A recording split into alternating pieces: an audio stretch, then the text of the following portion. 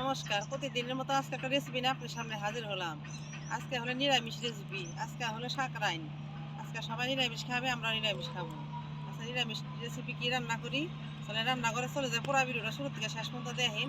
আর যেসব বন্ধুরা ইউটিউবে এখন আমার চ্যানেলটা সাবস্ক্রাইব করেন নাই, চ্যানেলটা সাবস্ক্রাইব করে দিয়ে আর পেজ থেকে যারা দিয়ে পেজটাকে ফলো করে পাঠিয়ে থাকেন, তাহলে চলে এবার রান্না করে চলে যাই। কি রান্না করি পুরা ভিডিওটা দেখেন। আজকে নিরামিষ 3-4 পদ রান্না করা হবে। তাহলে চলেন রান্না করে চলে যাই। পুরা ভিডিওটা দেখেন।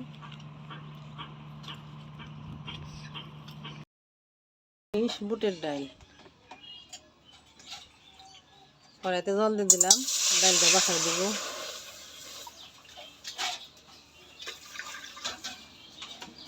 ডালগুলো আমি কালকে ভিজে রাখছিলাম সন্ধ্যাবেলা। কতটা ভিজা, কতটা বড় হয়ে গেছে ডালগুলা, অনেকটাই সুন্দর হয়েছে ভিজে। একদিন ভিজে রাখলে ডালটা খাইতে ভালো লাগে, নরম হয়, তাড়াতাড়ি সিদ্ধ হয়ে যায়। ডালগুলো আমি দিয়ে দিব, সিদ্ধ দিয়ে দিলাম, সিদ্ধ হোক।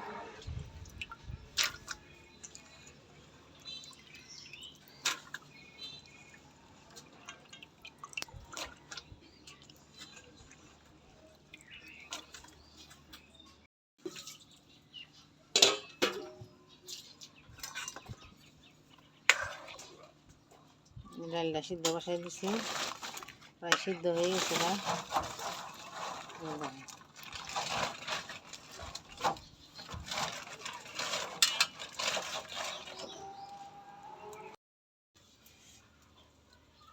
একটু লবণ দিয়ে দেবো ডাইলে।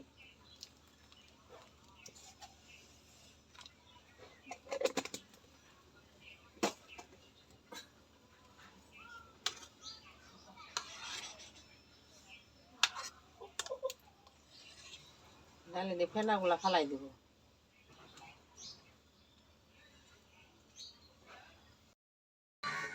ডাইলে কাঁচামরিচ দিয়ে দিব,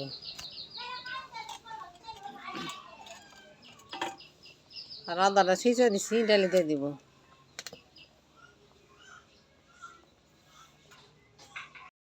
আচ্ছা, নিরামিষ বন্ধুরা যে ডাল চড়াই দিছি, চড়াই যে ডালি আছে। তারপরে বাগুন ভাজবো, চাক চাক করে কেটে সাদা বাগুন, এগুলা ভাজি করবো, ভাজবো গোল গোল করে কাইটে। আর এই যে আলু, আলু ভাজি করবো নিরামিষ। 3 পদে এখন করবো। আমরা পুরা ভিডিওটা শুরুতে শেষ পর্যন্ত দেখেন। দেখা যাচ্ছে চকচকা রোদ উঠে গেছে, আজকে কোনো কুয়াশা নাই, তো সুন্দর রোদ উঠে গেছে। এই যে আজকে কোনো কুয়াশাই নেই, রোদ উঠছে, অনেক সুন্দর। এই যে চকচকা সব গোলাপ গাছ অনেকগুলো ফুল ফুটছে। ওই যে দেখেন গোলাপ ফুল গাছ অনেক ফুল ফুটছে আজকে, অনেক ফুল ফুটছে। এই যে ফুলটা কত বড়,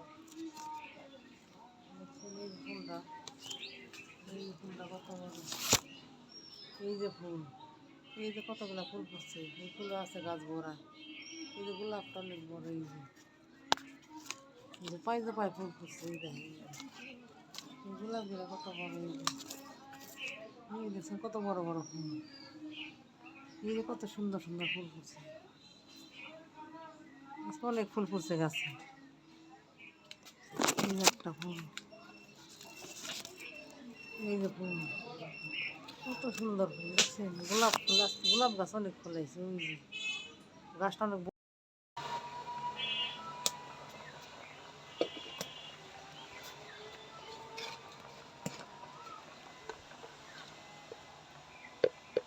ডালে। এবার 1/2 চামচ হলুদের গুঁড়া দিয়ে দিব।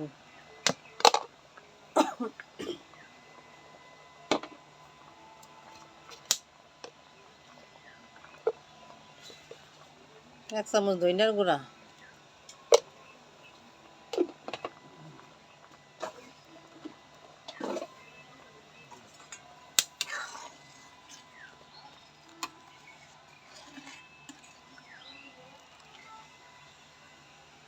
এবার দেখাবো আপনাকে ডালটা কতটা সুন্দর ফুটছে।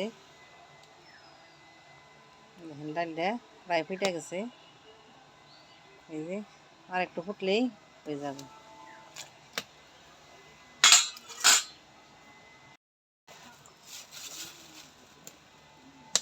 নারকেলটা কুড়াই নিছি, এবার একটু নারকেল কুড়া ডালে দিয়ে দিব।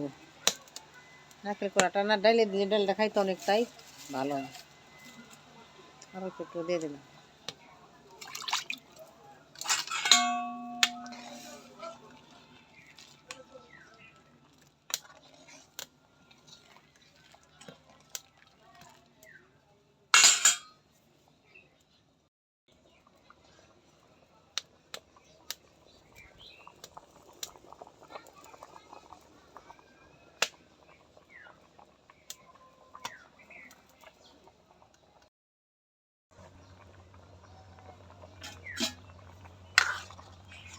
ডালটা বন্ধুরা হয়ে গেছে আমার। ডালটা কতটা সুন্দর ফুটে গেছে দেখেন, এই যে দেখলে আপনারা বুঝতে পারবেন। এই যে এবার আমি ডালটা সম্বার দিয়ে নিব।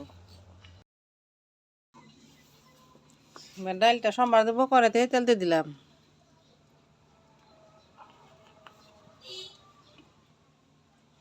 তেলটা গরম হয়ে গেছে, সম্বারে দিব পাঁচফোড়ন, শুকনো মরিচ, এলাচ, দারচিনি আর দুটো তেজপাতা আছে।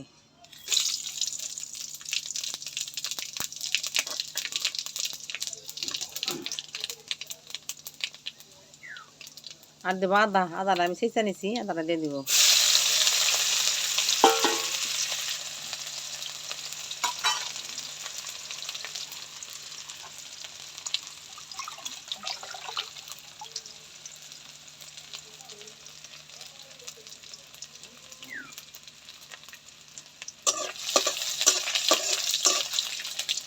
আমার ডালটা লাল লাল হয়ে গেলেই ডালটা দিয়ে দেবো।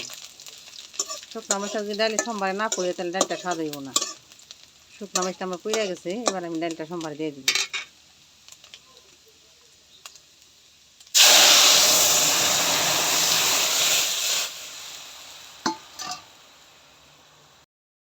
জিরাটা ফাঁকি করে নিচ্ছি, এবার দিয়ে দেবো ডালে।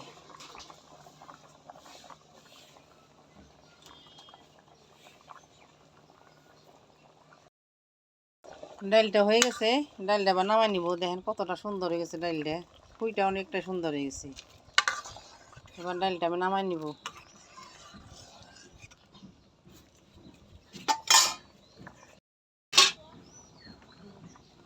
ডালটা আমার হয়ে গেছে।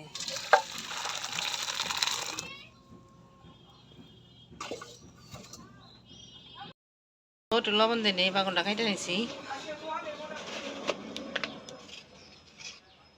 একটু দেবো হলুদ, বাগুনটা মাখাই নিব হলুদ আর লবণ দিয়ে।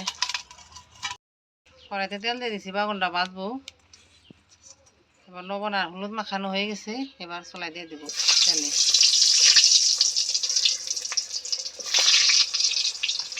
বাগুনগুলো ডুবা তেলে ভাজতে হয়, কারণ এগুলো ভাজা হইব না।